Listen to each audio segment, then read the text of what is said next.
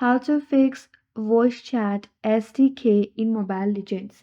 Hi everyone, this is Kate and welcome back to another video. And on today's video, we will see how we can fix the voice chat problem in Mobile Legends. So without further delay, let's get started.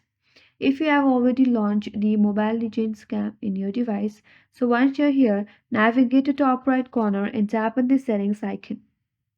So under settings, again, navigate to your left hand side and from the menu bar, tap on sound. Once you're under the sound page, scroll down a bit and under battleground chat settings, there you have two options, voice chat and battlefield voice signal. Make sure you have turned on both of that. If you have turned it off, simply tap on it and turn it on.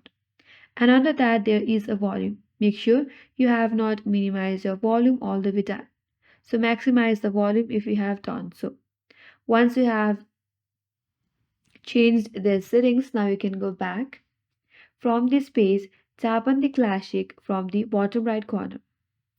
Now before you start your game, navigate to your bottom left corner. There is a small speaker or volume icon. Simply tap on it.